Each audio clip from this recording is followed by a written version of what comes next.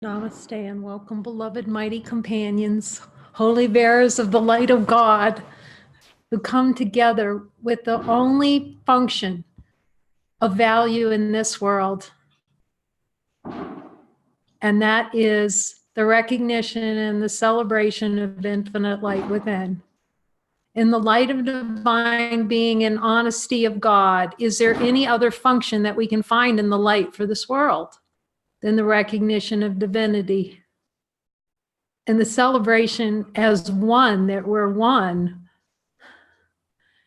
In the light of divine being and honesty of God, can we ever be supremely happy without recognizing this is one, that all our brothers are us? Can we ever be happy, truly just joyously, infinitely happy without seeing that, seeing in the light of divine being that there's only one? What does the light say? Yet the ego would hold separate and insist on separate bodies and separate doings. Yet we see the truth in the light. And so we thank Jesus for this guidance every day to come together and to see what's true in the light of divine being infinite. So we ask the light to assist us in this. And I'm seeing just increasing joy, just everything over to the light, everything, every question, everything. Why not?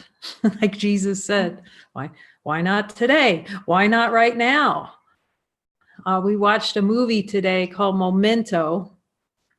Maybe we'll put the link to that, to the trailer for that. Now, I watched that again. I could hardly get through it a while ago. It is definitely a mind twist, mind watcher.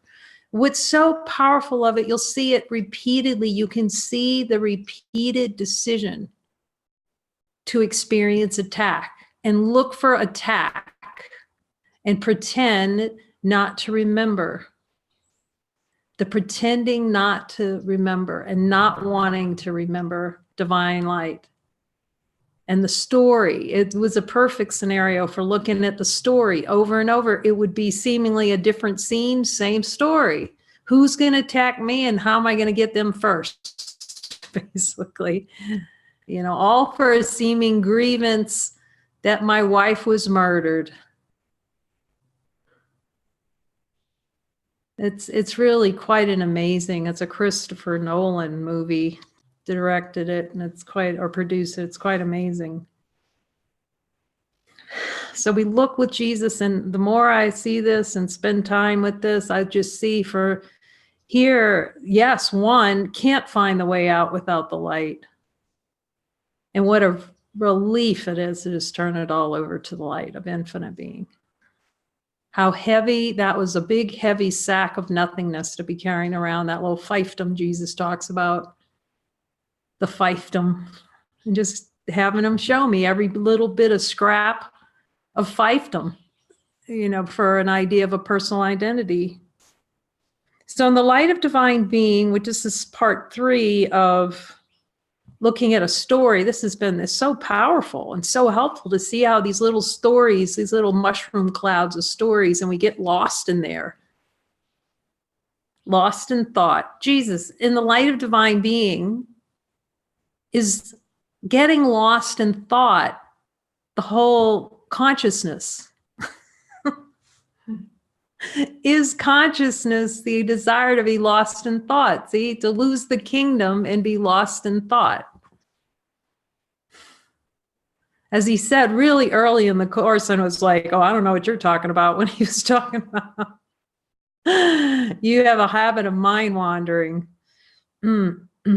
Let's ask Jesus, in the light of divine being, is there any habit of mind wandering lingering in there? I'm willing to see through that. Because we see that's not innocent. We think that's innocent. That's fantasy generation. That's losing touch with all that we are by desire not to be in touch with infinite. It's to play the little game of fantasy. So we're looking at love. Is infinite light We even have to learn what love is. Like, we forgot what love is. Love is light. Love is infinite. We're so used to the finite form of love that comes and goes, limited. You don't love me. I don't feel that you love me. That kind of thing. I don't feel loved. I feel alone. I feel victimized. We're so used to that love that's got a limit chokehold on it. We don't even remember what love is, that love is just light without limit. It's identity, and the light of divine being is love identity. See, as long as we deny its identity, we're going to be looking for it, and it's always going to feel short. We always feel like something's missing. Love has no thoughts, feelings, or emotions. Does infinite light have thoughts, feelings, or emotions in our direct experiences, light beings? Can we find those in there? Your true nature, love is. That's relaxing. Just what is, just here. Divine being. And have this voice telling us, let me do the heavy lifting. I will make way your path. But you have to ask. I'm learning that more each day. You must ask, because we're so addicted to the denial. So ask and ask and ask and ask again. We even have to ask which miracles to perform. I didn't really get that. Like, because I chose not to, obviously. I guess we get it when we get it. And that is, we don't even know which miracles which are natural to us. We have to rely on infinite light of being to point us to which miracles to perform. That's the humility. That's the be like little children. Okay, is this, what do I do here? Because that voice comes from the part of us that has the big picture. And we're very used to being inside that little frame of death and little picture. So we need that light to remind us what the big picture is. So in the story, desire story, emotions are part of the desire for the story. So let's ask the divine light. Are emotions part of the desire for an experience of a story? They're like part of the convincer strategy that something's happening. If I'm feeling emotion, I can try to make myself real, a separate identity real. So that includes excitement. Well, let's ask the light, is excitement part of the play in consciousness? Excitement denies peace. Does excitement deny peace? It's a play of pleasure or pain. It's the diversity of emotions. Remember, Jesus said there are only two emotions, love and fear. So now we're really going to explore. I'm just asking, is excitement fear? Yes. God. So all these different emotions play too when we're starting to wake up. And as soon as we start to look deeply, it's like, it can be screaming, yelling, crying. I certainly experienced a whole range of emotions. What I realized about that, though, this need not be. And maybe, because since we're powerful, infinite beings, it need not be. That does not mean deny emotions. It's not what's being said here, because really, basically, Jesus says, see no error in anything. And emotions may be released. What we're releasing is the desire for the experience. That's the correction, to see it, so change the belief. All emotions are driven by beliefs. And love has no beliefs. So if we just find the belief beyond it, or no longer desire the experience anymore, it can't arise. We can ask the light of divine being, if there's no desire for emotion, can it arise? So we're going so directly to the root. Jesus, show me the desire for this. Show me where I'm desiring weakness, and then it expresses as different kinds of emotions. I'm willing to look. We just join with him quickly, an instant of light. And that just I've talked about this before. I didn't always remember to do this, so it's helpful for me to talk about this when my aunt died.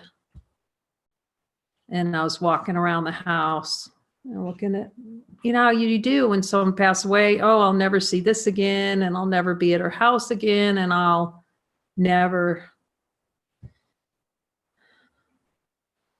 And then I just lay down on the couch, and, you know, you start going to that horrible, the death spiral, which is really, Jesus was telling me, it's not the sadness about them leaving, it's our guilt over having a body.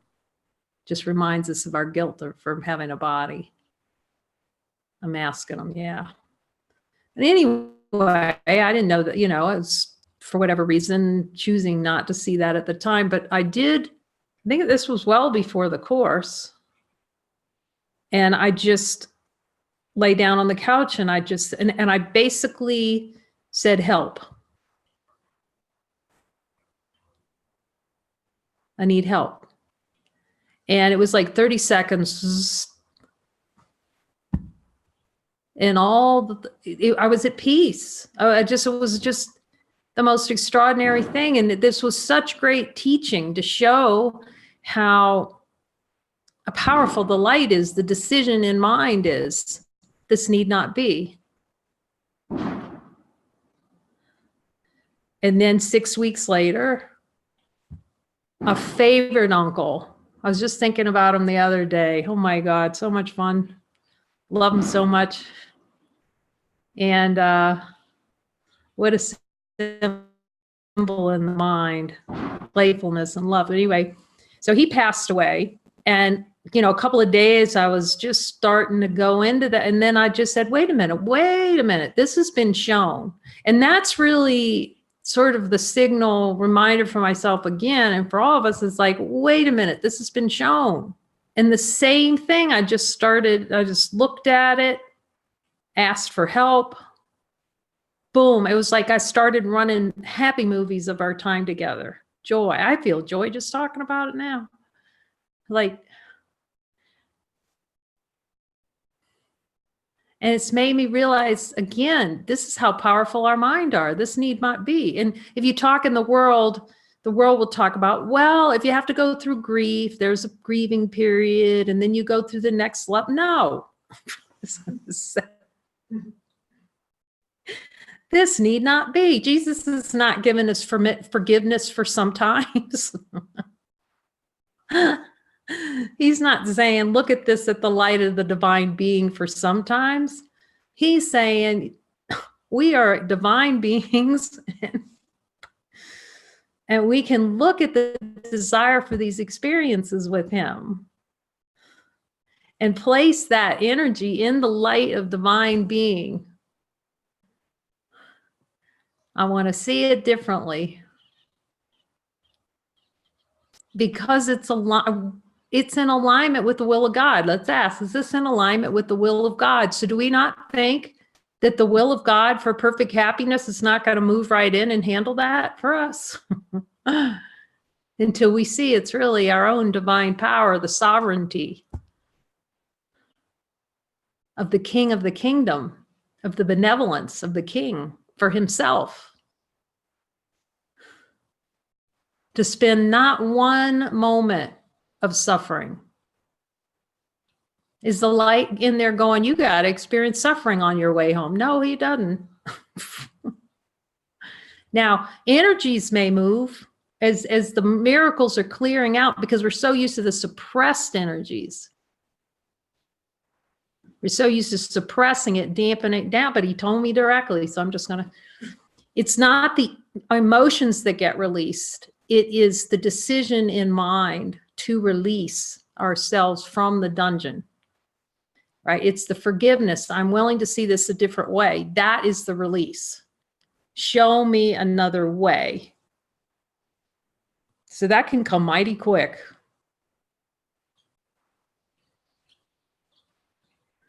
And here's really, I've seen this over and over too. You know, you ever been really just so upset? And like here we have explosions, and like you forget what you're upset about. It's like, it could be that quick. Boom, gone.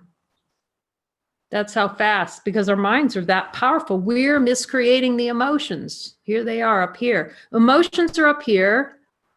Beliefs are under emotions, desires under beliefs. So if we look for the desire for the experience and turn that over, that's as close as saves us a lot of time. I'm asking Jesus, yes. We'll ask the light divine being. Is going directly desire, time saving, seeing all the desires for the miscreation.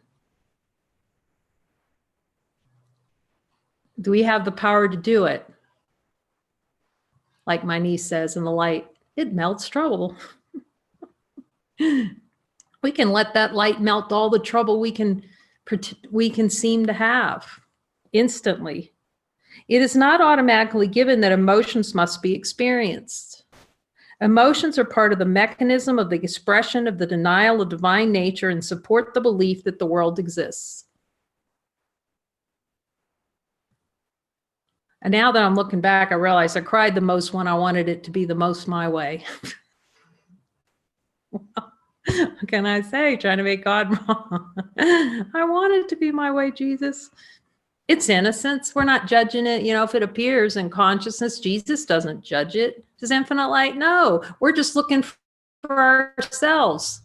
Need emotions, these emotions rise. We're not judging them if they come up at the center. You know, it's not to judge them. We just want to see through them quickly. The desire for them so we can be at peace. Divine nature, denial of divine, and support the belief that the world exists. Thus, the attempt to prove there's something happening to me. You know, part of that mechanism that something's happening to me. And expressing emotions actually can keep those patterns in place.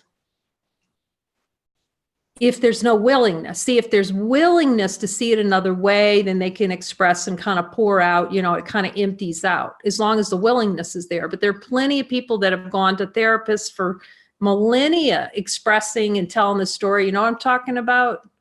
These expressions in consciousness, and not to judge it, just to point it out. Here's an example.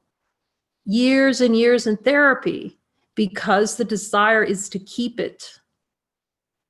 So if the emotions come and there's no desire to release them, then the pattern, see, it stays under the unconscious mind, like that'll stay in there like whack-a-mole, and then it's going to come up. That whole experience is going to rise again to have that experience. Jesus said, see that what they are a clue to what you've denied yourself. We're catching the clues now.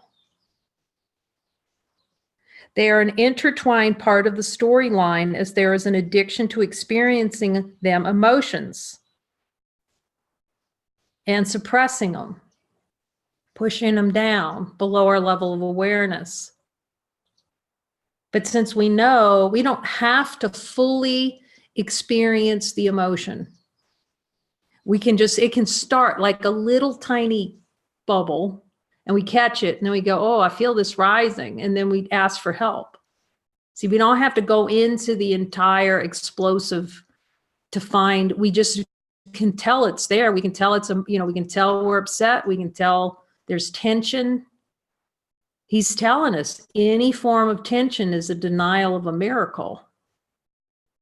So again, we don't have to go into the full-blown emotion to find it or to experience it. We can journal, we can join really quickly together and say, yeah, I'm feeling all these things. Okay, let's just look at them to clear them.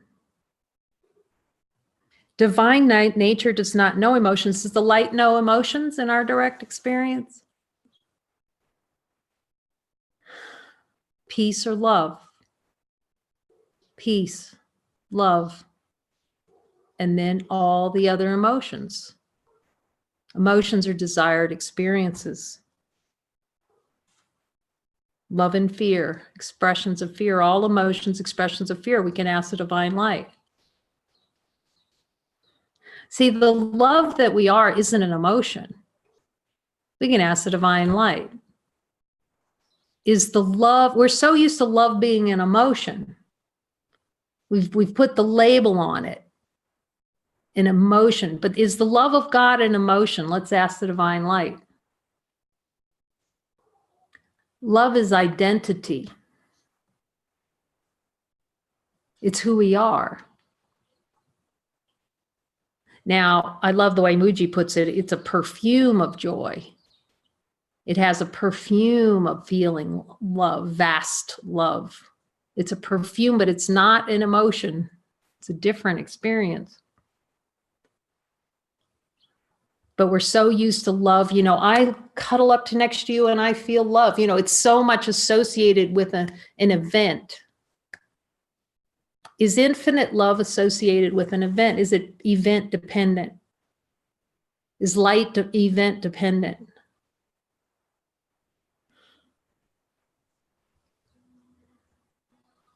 So light doesn't depend on events or if-thens or whens. You know, I can remember that. We're going to plan a romantic outing, work it, and it's going to be just like this. And we're going to plan it out. See, then we're going to just really be in the love together. Does the light do any of that to feel love? Love's here now. Love's our identity. It's who we are. That's why following the Holy Spirit is so powerful, because it leads to the direct experience that love is who we are. Love is identity.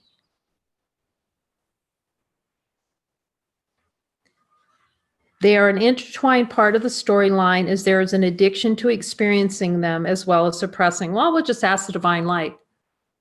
Is consciousness an addiction to emotions? Hear what the light says.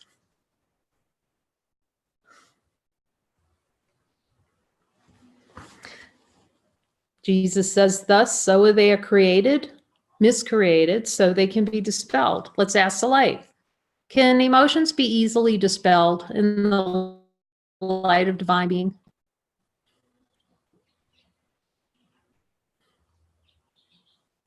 Because we're powerful, infinite beings. It's not to, again, judge them. We're not judging them. We're just seeing through them. See the difference between suppressing them. It's not suppress them because we want them to rise up, so we recognize when we're getting triggered. We just don't want to indulge. See, consciousness likes to indulge those things and drag them out over time. I remember in community, someone triggered me. I was so mad for like 2 days. I didn't want to speak to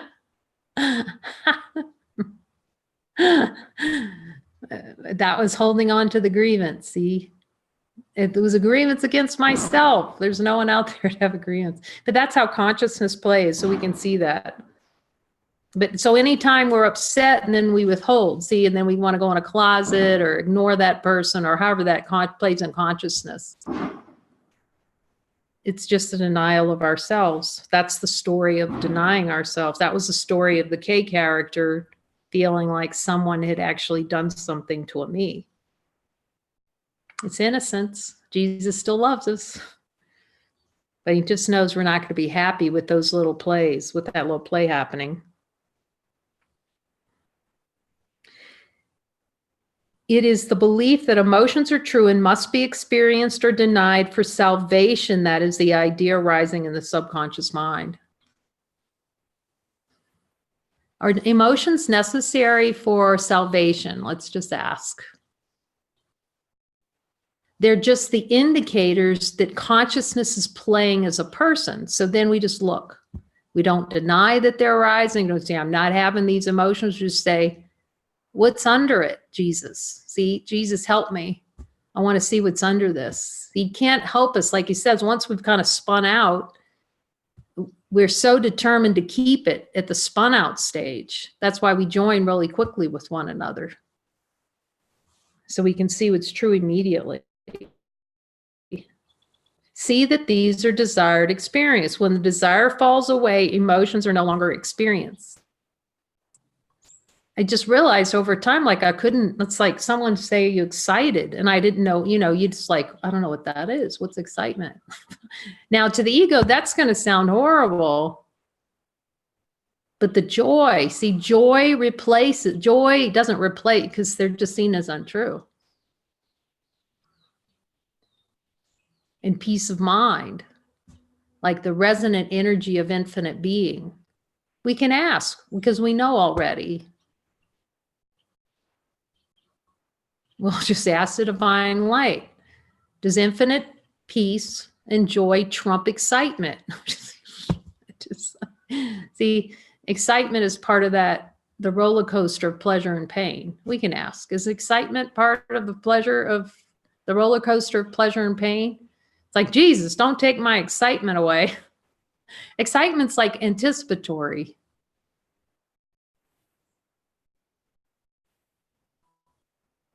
I'm checking in. Yep.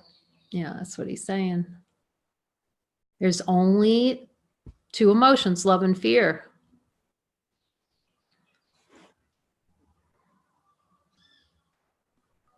The world was created in rage, and this can be hidden in emotions, the world of pleasure and pain. Yet you have only to admit this is true and ask for correction. As he says over and over, I don't know how many times he must have said this in the course. I still didn't get it, but we get it when we open our minds to get it.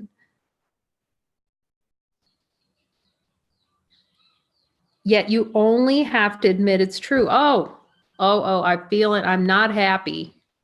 I'm not perfectly at peace.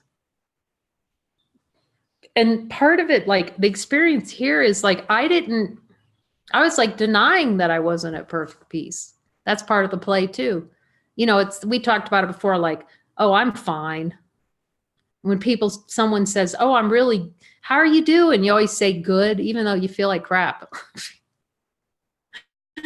You know, it's really, for me, that's definitely why I needed Jesus to be pointing out, you're not, you're denying something. Or I'll ask him, is this a denial? Because I can tell really it's so subconscious that I needed to ask him, is there something here I need to look at? Show me, is this a denial? Or it's just really helpful to have that voice always telling me, where am I denying myself? There's no requirement that you experience rage as a stage for awakening. We can ask the light that. And the light of divine being is the light saying we have to actually experience the rage that we feel, because we do. Part of the suppression is rage, but let's ask the light if we have to experience it. No, we just have to find the underlying desire to use rage to hide over the denial. To see that rage is actually, we created the world and we're going to have rage so we can hide that we created it, and we hide the admission. So just admit it. That's just easier. That's experience here. I'm asking Jesus. I want to be really clear. So we use rage to hide over. It's just go quickly to admit, oh, I really want this.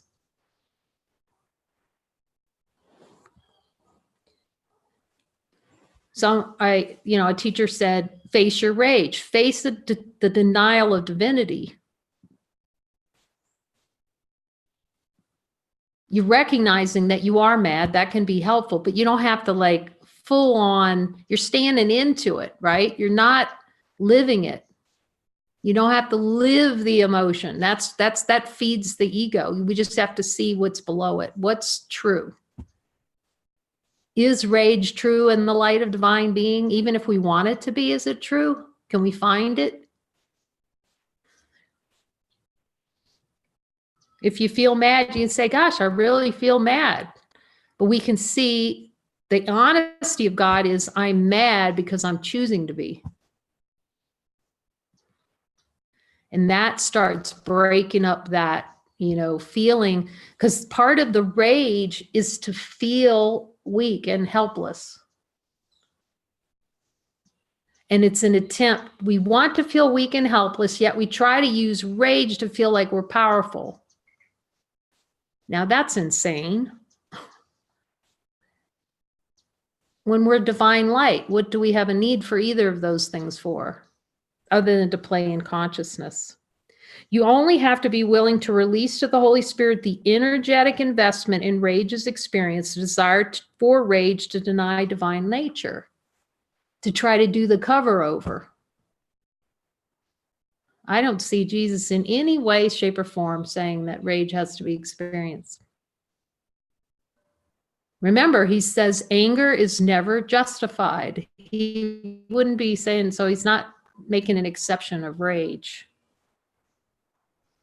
This is what is meant by let us join quickly in an instant of light. Focus on the light within. Join immediately with me or your brother as my representative of the light that you are to quickly see what's true. So that's really why we're really jumping into the joining with each other too here. That's the open invitation. What is most helpful is following guidance in this regard. Ask me what is most helpful and listen carefully for the answer. Again, he needs to tell us what miracles to perform. You will see quickly that rage and light do not coexist. In the light of divine being and honesty of God, do rage and light coexist in our direct experience? Can we find a way for those two to come together in infinite light?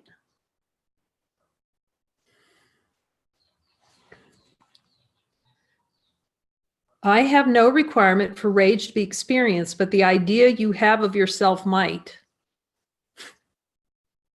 You might find anger coming up more frequently. You know, it's like Jesus, I've been saying, because there's now spaciousness in the being. See, before we were denying the denials, but now there's spacious in the being. And sometimes you feel, touch me like a feather and I'm going to jump high with it. It's like your spouse walks into the room or some other being comes in and you just, you feel like almost touchy. That's because now those desires, they're starting to, we had kind of hidden them before. So we just keep working with Jesus. Okay, I see that. Show me the desire, and he'll help wash those things away.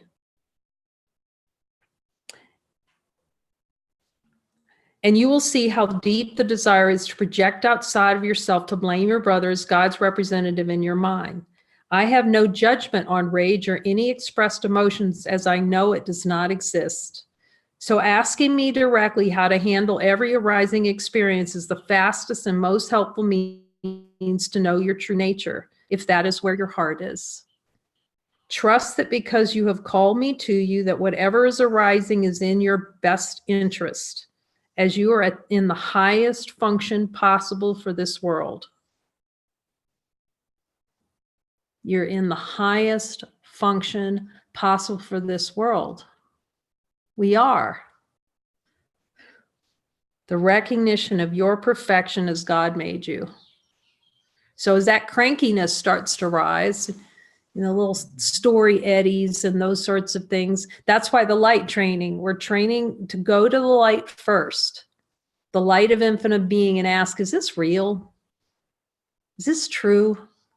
Or if sometimes, it just seems like those little spin outs are occurring, then we text message, can you join? So we can really be in that presence of the light within and reminding each other and standing in the light first. It is simply impossible for me to be apart from you. Thank you, Jesus. Is Jesus apart from us in our direct experiences, light being? Isn't that happiness? No, he can't be apart. Oh, it feels good. God has called you home to celebrate, and the voice within that knows you are his answers the call. Perception unifies as the energetic investment, and desire is willingly seen through. And without desires, emotions do not arise. Because love is what it is, see? Love is no longer trying to prove that it's not love through experience. And as the emotions clear out, then the sensory experience unifies. It unifies perception. You think of happiness as an emotion that you experience. Happiness in the sense of union with the Father is what is. Is happiness what is in the light of divine being? See what the light says. Dun, dun, dun. It's not something that is given in exchange for the idea that something is happening or something will happen again in the future. That's the horse trading love. I'll give you this and I'll feel love. If you give me that, there's a really famous, and I used to teach this stuff. I do relationship coaching. You know, and the couple beings would talk about, okay, here's what you can do to make me happy. What's inherent in that? Horse trading. I didn't see it. It can be a way to open up to love, you know, and open up communication. But it's you can see where the limit is in that. It's somebody doing something for me to make me happy, that my happiness comes from something that someone else does.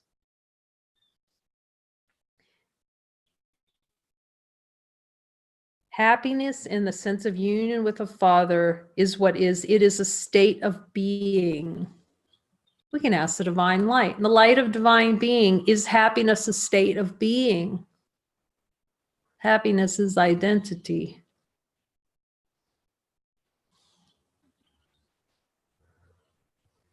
It's a quality of being. It's what being is. It's just happiness.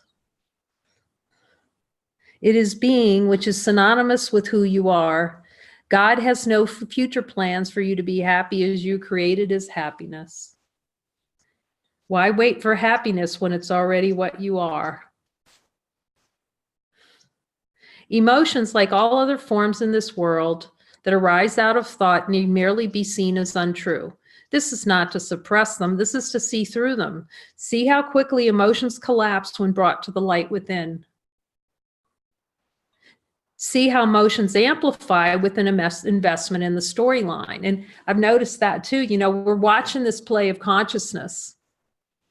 And you can see when you're like that ramp up of getting upset when the story, when you start going into the thing like, and he didn't, and you just feel that emotional ramp. And I don't know why he did that. And I wish that had been different. You know, it's the wish it had been different. And it's like that little partnership in thought. And then it spins out into feeling like crap, basically, you know, feeling, and then just look below it for the desire for an experience of weakness. Where's the desire here? What am I desiring? See that there's no harm in experience them. Or is anything going to happen if we experience emotions, really, to divine light? And we're not asking anyone else. We're not going up to somebody else. Well, you know, you have a desire for this. No. Does the divine light do that? No, the divine light celebrates the diversity of expression, including yelling, screaming, and crying. See, it's just not impacted about it. But we have to know within ourselves that it's a desire for a play in consciousness, playing the consciousness game. And if we want to be our true identity, we have to see through the desire for these experiences. Trace emotions back to the source within and see that no case do they prove you're separate from all the love God has given you. See, notice what happens like in emotions, okay, you know, and how they ramp. Well, just get curious, you know, if they happen to arise, just get curious and watch how they work in the mind. And the little storyline that gets created, you know, and if he had only, and I just wish I had, that bastard, you know, it goes like this. And, but then you can take the feeling, the emotional feeling back and trace it back. Just go, let me find the source of this. And I started doing that. And I realized if I followed it back, I've mentioned this before, I noticed the wanting, the little twinge, even though like you're mad or some other emotion, you follow it back with Jesus and you can see, oh, I really want that. Oh, I really want that. And if you keep following it back, you'll see there's love behind it. It's like it just kind of blooms as it clears out. It's like, oh, love's behind that. Love's been crushed down behind that stuff. It is your joy to see that every thought, feeling, emotion can instantaneously burn by the light of truth, the light that you are. Yes, it is my joy. It may seem like a step to let emotions rise. It's always about the purpose. What is it for? Is it to see what is true or to preserve a sense of separation? To project? Emotions can serve the purpose to keep the story or with willingness release it to see what is true. This may seem necessary at first to experience emotions as a release of deep hidden guilt or to uncover beliefs. See that I have no judgment in emotion. See, we're so used to going into them. So maybe I'm asking Jesus, that helpful? No, not at all.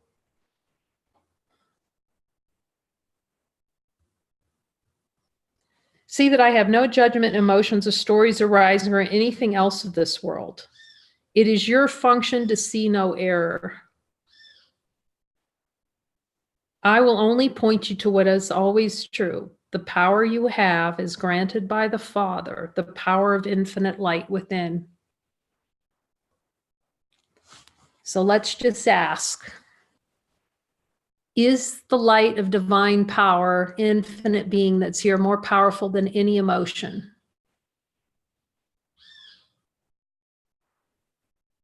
So let's just take some emotion that might have showed up today, some twinge, because Jesus says, search our mind, and we're powerful beings, so we can do that. For an emotion or an upset that hasn't quite cleared through. And we share this light, we focus on the light that we are, and just put that, whatever that emotion that was happening, in the light of divine being that's here, and just notice what happens with it.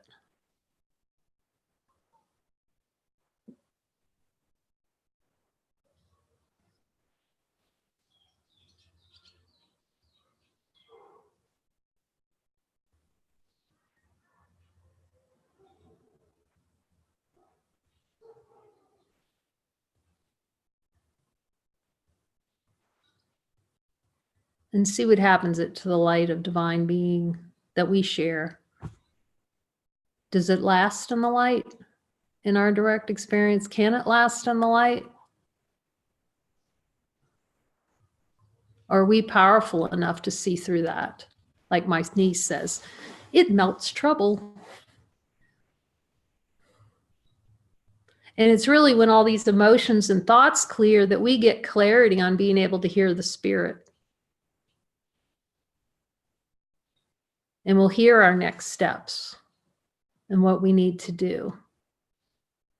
When the emotions, all the motions and the twitches, and that's all we're doing every day is, for here at least, is asking Jesus, okay, where are the twitches? Where are the twitches? And the one scrap of it, is there any scraps left of body identification or saying no? There's just nothing more valuable. And as we've talked about, he keeps reminding me, ask him to take care of every detail.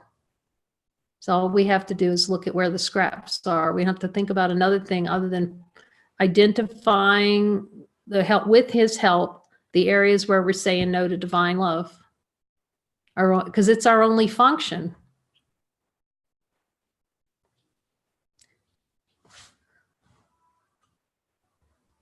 I will only point to you what is always true. The power you have is granted by the Father, the power of infinite light within.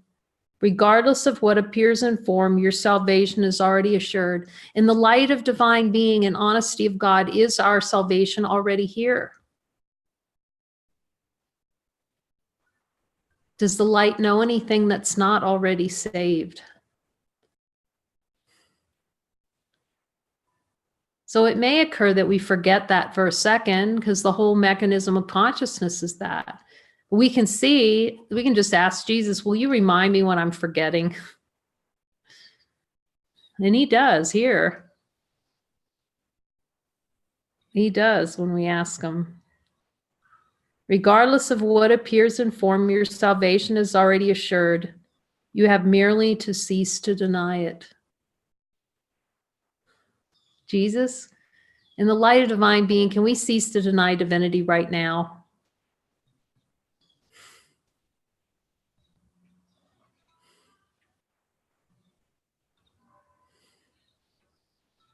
And we have perfect happiness right now.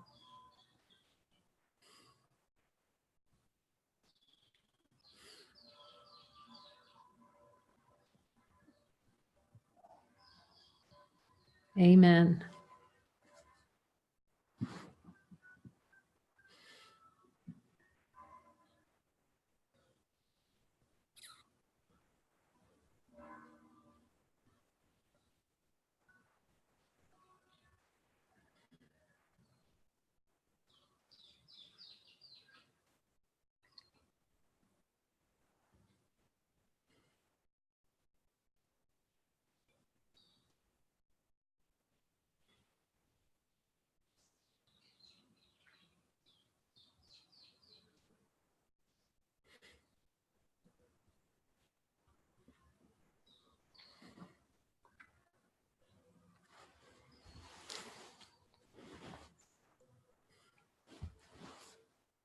Love you all.